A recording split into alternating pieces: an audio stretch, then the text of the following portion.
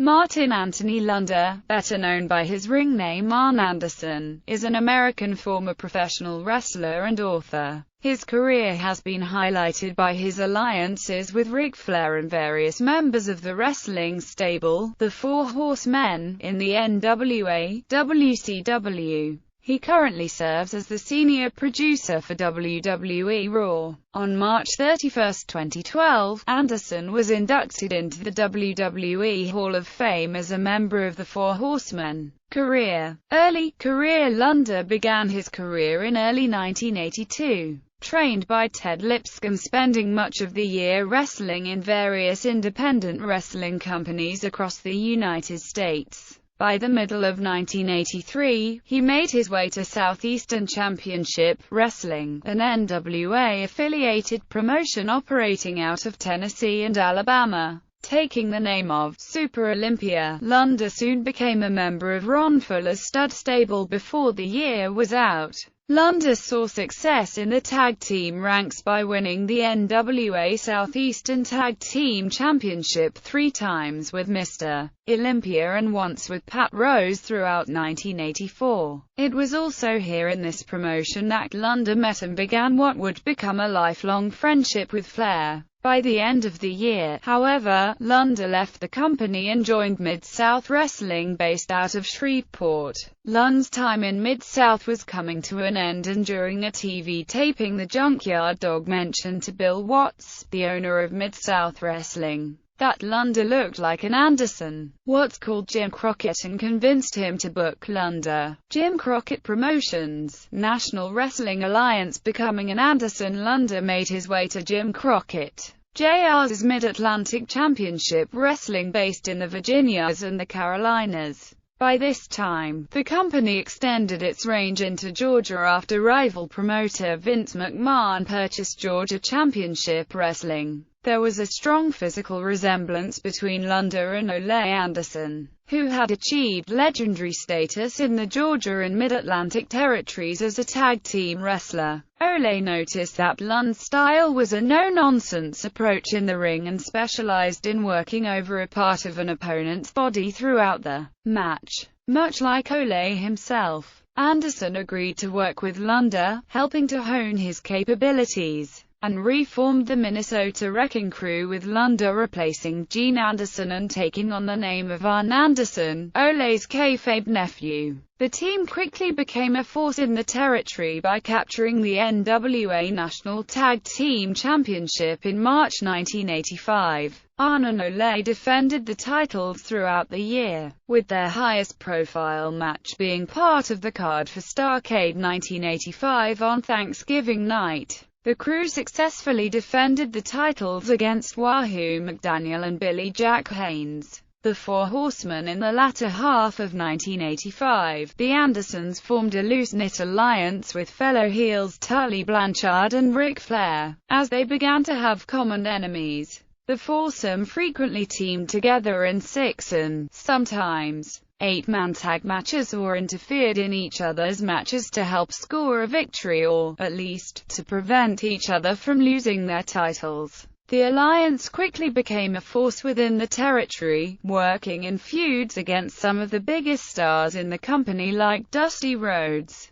Magnum TA, the Road Warriors and the Rock N. Roll Express. Anderson also saw success as a singles wrestler on January 4, 1986 by winning the vacant NWA Television Championship. Simultaneously, Anderson was still one half of the NWA National Tag Team Champions, and even though Crockett Promotions abandoned the national tag titles in March, Anderson's success as a duo champion elevated his status within the territory. It was also during this time that the Andersons, Blanchard, and Flair began calling themselves the Four Horsemen, with James J. Dillon serving as the group's manager. Anderson also had a tremendous ability to do interviews to further the storylines he participated in. His ability to improvise in interviews allowed him to coin the Four Horsemen moniker for the stable, as he likened their coming to wrestle at an event in the aftermath of their wrath as being akin to the Four Horsemen of the Apocalypse,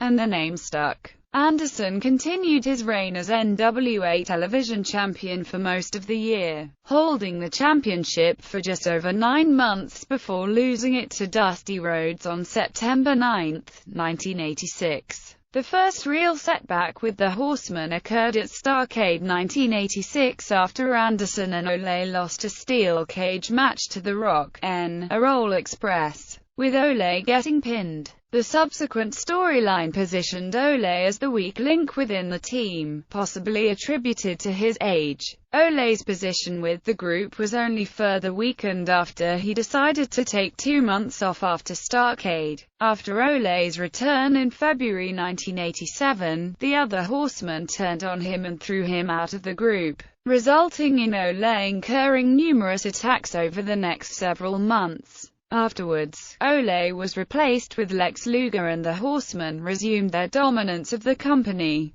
Teaming with Tully Blanchard as a member of the Horsemen, Anderson continued to be involved in high-profile angles within the company. By mid-1987, Anderson and fellow Horseman Tully Blanchard began regularly competing as a tag team and rose quickly through the tag team ranks. The duo faced The Rock, a Roll Express for the NWA World Tag Team Championship on September 29, 1987 and were victorious. This win further solidified the group's dominance in the company as Lex Luger was the reigning NWA United States Heavyweight Champion and Ric Flair spent most of 1987 as the NWA World Heavyweight Champion, losing it to Ron Garvin in September, only to regain it at Starrcade 1987 on Thanksgiving night. Anderson and Tully continued to feud throughout the rest of the year and first few months of 1988 with the Road Warriors,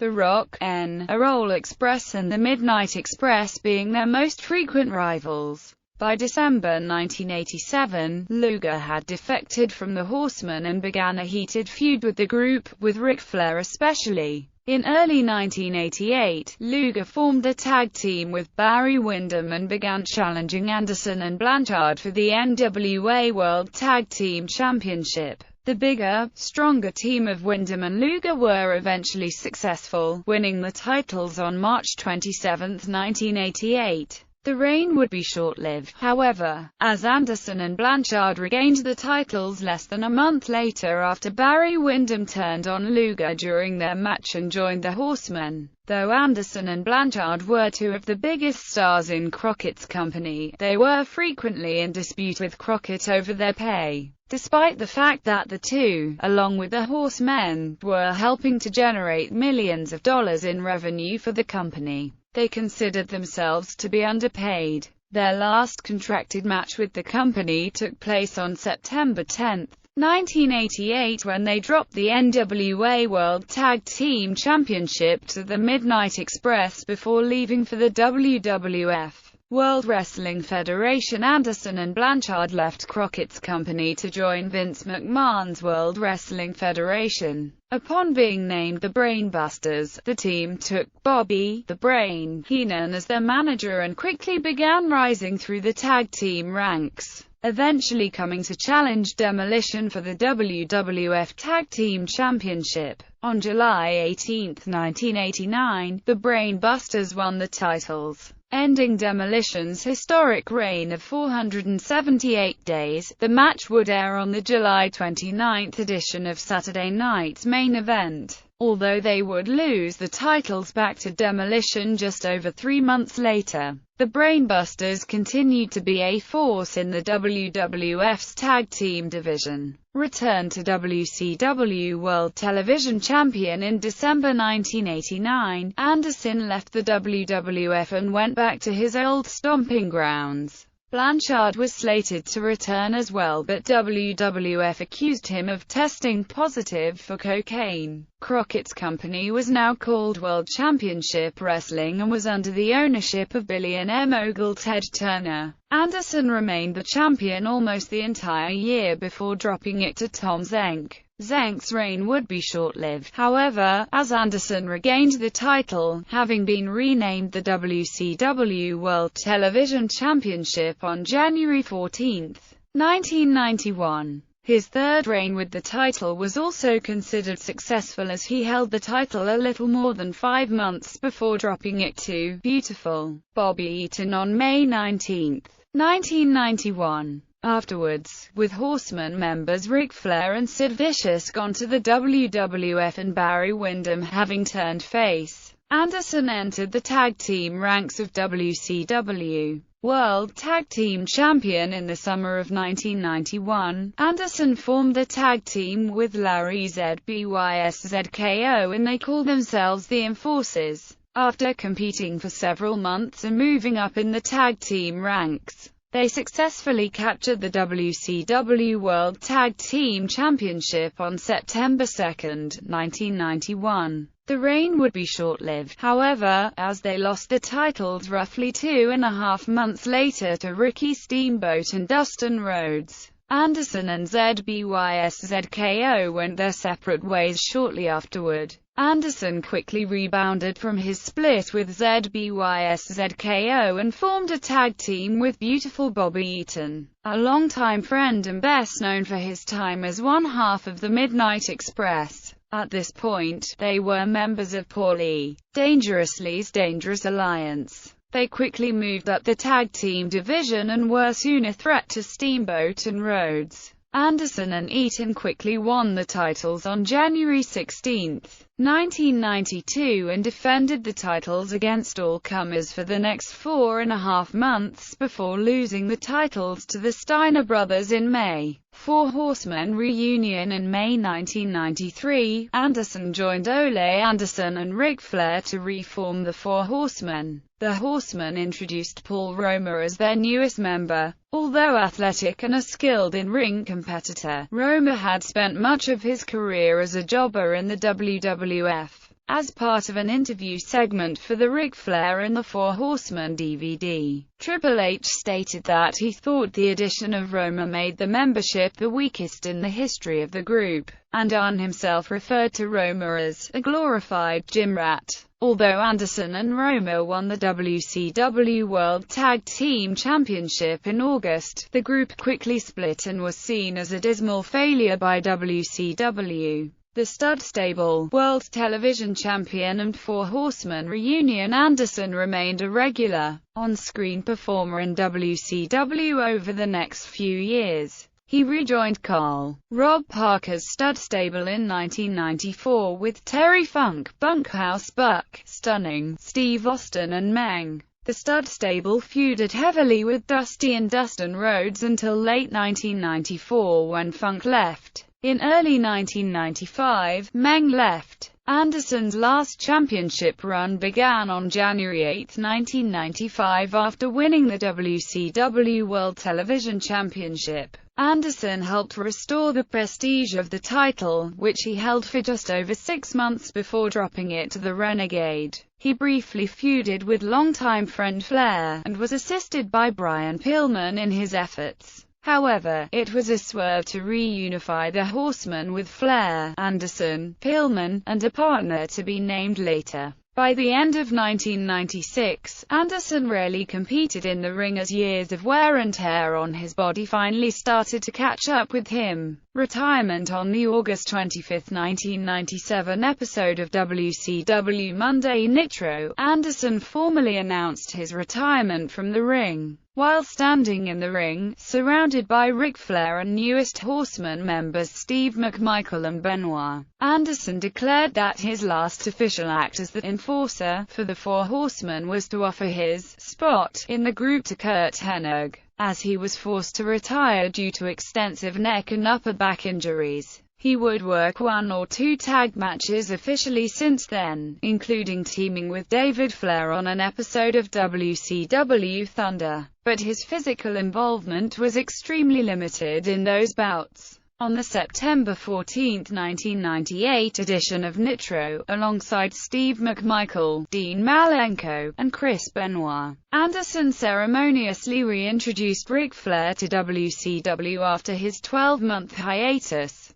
In doing so, they reformed the Horsemen, who then feuded with WCW president Eric Bischoff. Flair would win the presidency of WCW from Bischoff on the December 28, 1998 episode of WCW Monday Nitro, followed by winning the WCW World Heavyweight Championship at Uncensored 1999 and turn heel in the process. Anderson remained Flair's right-hand man during this time as he attempted to keep Flair's delusional hunger for power at bay. In 2000, Anderson was a member of the short-lived Old Age Outlaws. Led by Terry Funk, the group of veteran wrestlers battled the revived New World Order. WCW would be purchased by the World Wrestling Federation in 2001, ending Anderson's tenure there. Post-retirement. Not long after the closing of WCW, Anderson became a road agent for WWF, renamed World Wrestling Entertainment in May 2002. He occasionally appears on WWE television trying to, with the help of other WWE management, pull apart backstage brawls. Soon after the WCW-ECW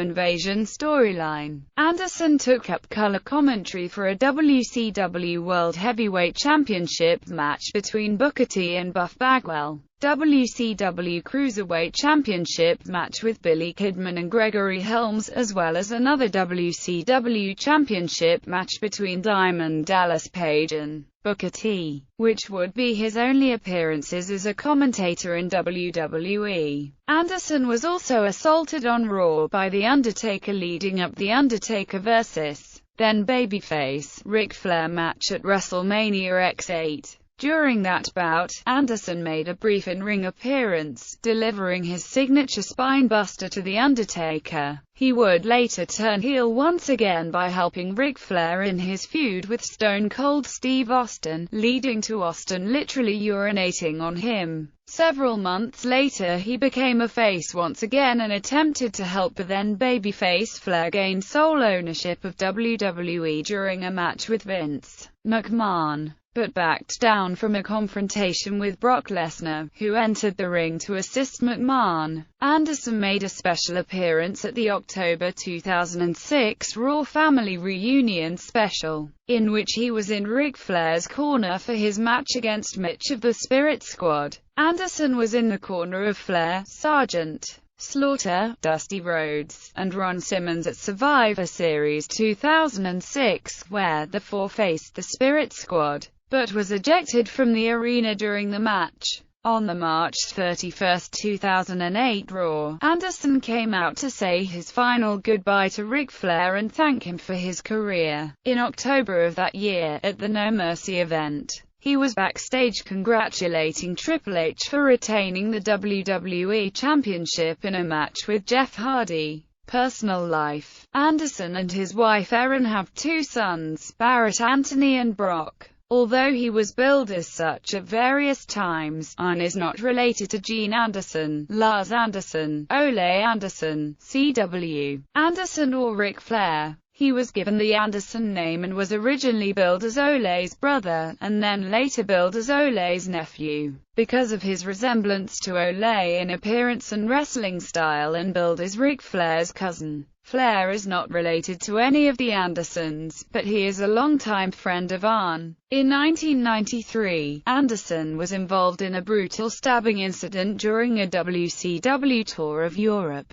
On October 27, 1993, in Blackburn, Lancashire, Anderson and Sid Eudy were involved in an argument at a hotel bar. After being sent to their rooms by security chief Doug Dillinger, Eudy later attacked Anderson with a chair leg. A pair of safety scissors was introduced into the brawl by one of the participants, with Eudy receiving 4 stab wounds and Anderson receiving 20, losing a pint and a half of blood. The fight was broken up by WCW wrestler Too Cold Scorpio, who was credited with saving Anderson's life. Neither man pressed charges against the other, and British police declined to do so since both men were leaving the country. Eudy was later fired over the incident. As stated in his biography, in a match in 1994, Arn was thrown into the ring ropes. The top rope broke from the turnbuckle, but he was able to land on his feet. 6 months later, the same event happened again, but this time he landed full force onto the concrete and hit his head, neck, and upper back. He never took time off to heal. As time passed, with no downtime, the injuries worsened. In his biography, Anderson states that the first sign of problems was, during a match, his left arm suddenly went numb and unresponsive.